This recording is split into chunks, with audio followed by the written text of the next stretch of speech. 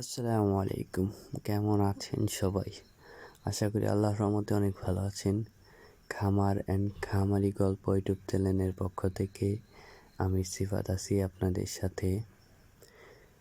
এর আগে আমি অনেক ভিডিও দিয়েছি এই গরুর ঘর, আমার গরুগুলোকে আপনাদের দেখিয়েছি। আজকে সকাল সকাল 9:30টার দিক দিয়ে ভাবলাম আজকে গরুর ঘরটা পরিষ্কার করি, এবং আমরা প্রায় দিনই গরুকে সকালে দানাদার খাবার দেওয়ার পর আমরা গরুর ঘরটা পরিষ্কার করে থাকি। প্রায় দিনই ভিডিও করা হয় না, আপনাদের সাথে শেয়ার করা হয় না। ভাবলাম আজকে আপনাদের সাথে ভিডিওটা শেয়ার করি, এবং আজকের দিনে আমি কি কাজ করব এবং কী রকমভাবে করব তাই আপনাদের সাথে শেয়ার করব। যারা আমার এই ছোট্ট চ্যানেলটি সাবস্ক্রাইব করেনি অবশ্যই সাবস্ক্রাইব করে সাথে থাকুন, আর যারা করেছেন তাদেরকে অসংখ্য ধন্যবাদ। আপনারা বেশি বেশি আমার এই চ্যানেলটা সাবস্ক্রাইব করবেন, এবং আমি কোন ধরনের ভিডিও দিব তা কমেন্ট বক্সে জানাবেন। অনেকেই কমেন্ট করছেন আমার আগের ভিডিওগুলোতে, তাদেরকে অসংখ্য ধন্যবাদ।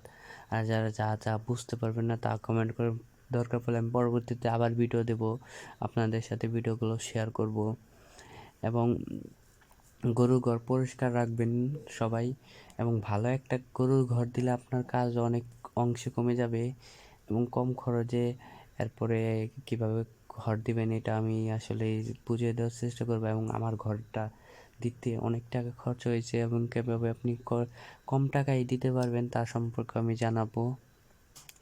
দেখতে দেখতে আমার গরু ঘরের ধোয়াটা শেষ হয়ে যাচ্ছে, এবং সব ধরনের কৃষি খামারে ভিত্তিক কমেন্ট করবেন আপনারা, আমি কমেন্টের রিপ্লাই দেব এবং পরবর্তীতে ভিডিও দেব।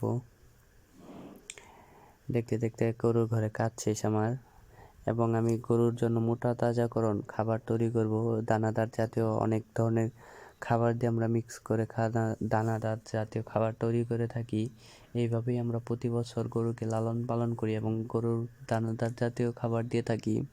এবং কি দিলাম এবং কতটুকু দিলাম এবং কয় টাকা খরচ হলো, আমার পার কেজিতে কত টাকা করে খরচ পড়বে, আশা করি পরের ভিডিওতে আমি জানাই দেব আপনাদের।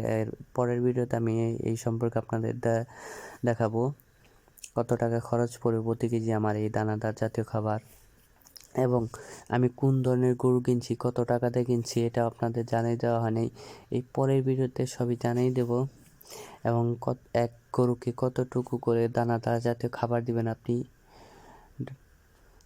দেখেন আমার কাজ শেষ হয়ে গেছে। এখানে দেখেন আমার একটা ছোট্ট একটা পাইকা গাছে একটা পাইকা পেকে গেছে। আপনাদের আঞ্চলিক ভাষায় কী বলেন তা জানি না, আমাদের এই টাঙ্গাইলের আঞ্চলিক ভাষায় পেঁপে বলি, পাইকা বলি। এবং এখানে দেখেন আমাদের এখান থেকে ধান গাছ গাড়ার সময় আমরা সবাই ধান গাছ গাড়া শেষ, ধানের চারা রোপণ করা শেষ। এখন পন্টল দিয়ে পানি দিয়ে আমি পেঁপেটা ধুয়ে নিতেছি, এবং এটা দেশি পাইকা। এখানে কোনো ফরমালিন নাই, কোনো মেডিসিন নাই, কোনো সার নাই, একদম ন্যাচারাল পদ্ধতিতে চাষ করা। চাষ না আসলে আমরা বাড়িতে বুনছি তো এখানে ভালো ফলন হয়। এটা আমাদের ধান ক্ষেত। আমি পরের বছর ঘাস বোনার জন্য এই জমিটা লিজ নিছি। এখন আমি আপনাদের দেখাবো আমার ঘাস ক্ষেত কত দূরে দেখেন। এর আগে আপনাদের ঘাস ক্ষেত দেখানো হয়েছে, এবং অনেক দূরে আমার এই ঘাস ক্ষেতটা। আমাদের আসলে ঘাস আনতে অনেক কষ্ট হয়, এই কেদা রাস্তার মধ্যে আপনার যাতায়াতে অনেক সমস্যা। আমি ওই পাশ দিয়ে আরেকটা রাস্তা আছে, ওই পাশ দিয়ে যাই, একটু ঘোরা বেশি হয়, কিন্তু দেখা যায় ওদিক দিয়ে নিলে একটু সুবিধা হয়। এই রাস্তা দিয়ে তো আসলে হাঁটাচলা করা সম্ভব না। ওই যে দেখা যাচ্ছে ওটা আমার ঘাস ক্ষেত, এর আগেও আপনাদের দেখিয়েছি কয়েকটা ভিডিওতে। এবং এই ঘাস বুনে আমার আসলে অনেক উপকার হয়েছে, এবং কাটিং বললেও তো আমার অত হইতো না, আমার আসলে অত ফলন আমি পাইতাম না। আশা করি এই গাছে যে পরিমাপ ফলন দিছে, এবং দেখেন এক কাটা দেওয়ার পর আবার ঘাস গজাইছে। এখানেও মানে একটা ঘাস থেকে 3-4টা করে ঘাস হয়েছে।